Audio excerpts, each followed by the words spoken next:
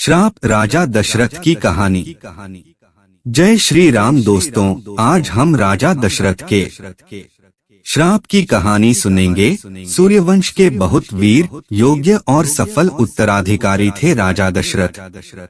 वह राज्य की राजधानी अयोध्या में रहते थे और उन्होंने अपने राज्य और प्रजा को कौशल बनाए रखते थे। उनकी 3 रानियां थी, कौशल्या, सुमित्रा और कैकेयी। महाराज दशरथ के पास मान सम्मान, गौरव, प्रतिष्ठा सब कुछ था, किसी भी चीज की कमी नहीं थी। उन्हें बस एक ही दुख था, उनकी कोई संतान नहीं थी। एक दिन राजा दशरथ अपने सिपाहियों के साथ शिकार करने वन में गए। राजा दशरथ और उनके सिपाही वन में इधर उधर घूम रहे थे, तभी उन्हें पानी में गड़गड़ाने की आवाज सुनाई दी। उन्होंने समझा कि कोई जानवर नदी में पानी पी रहा है। उन्होंने आवाज की दिशा में तीर चला दिया। जब महाराज दशरथ वहां पहुंचे तो उन्होंने देखा कि वहां एक युवक उनके तीर से बुरी तरह घायल पड़ा हुआ है।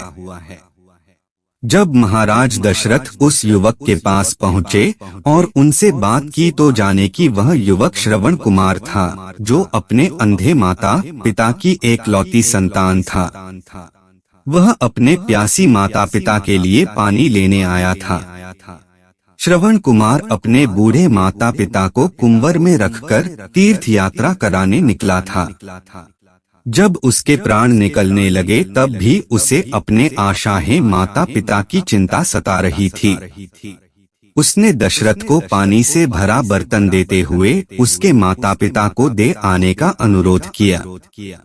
श्रवण कुमार के भोले भाले माता पिता ने दशरथ के हाथ से बर्तन लेकर पानी तो पी लिया, लेकिन दशरथ सच्चाई को छिपा नहीं पाया।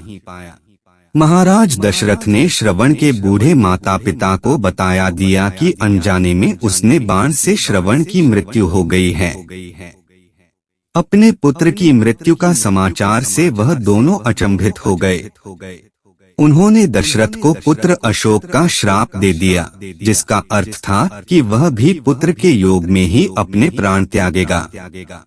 वर्षों बाद इसी श्राप के कारण राम को वनवास मिला और उसके वियोग में दशरथ ने अपने प्राण त्याग दिए।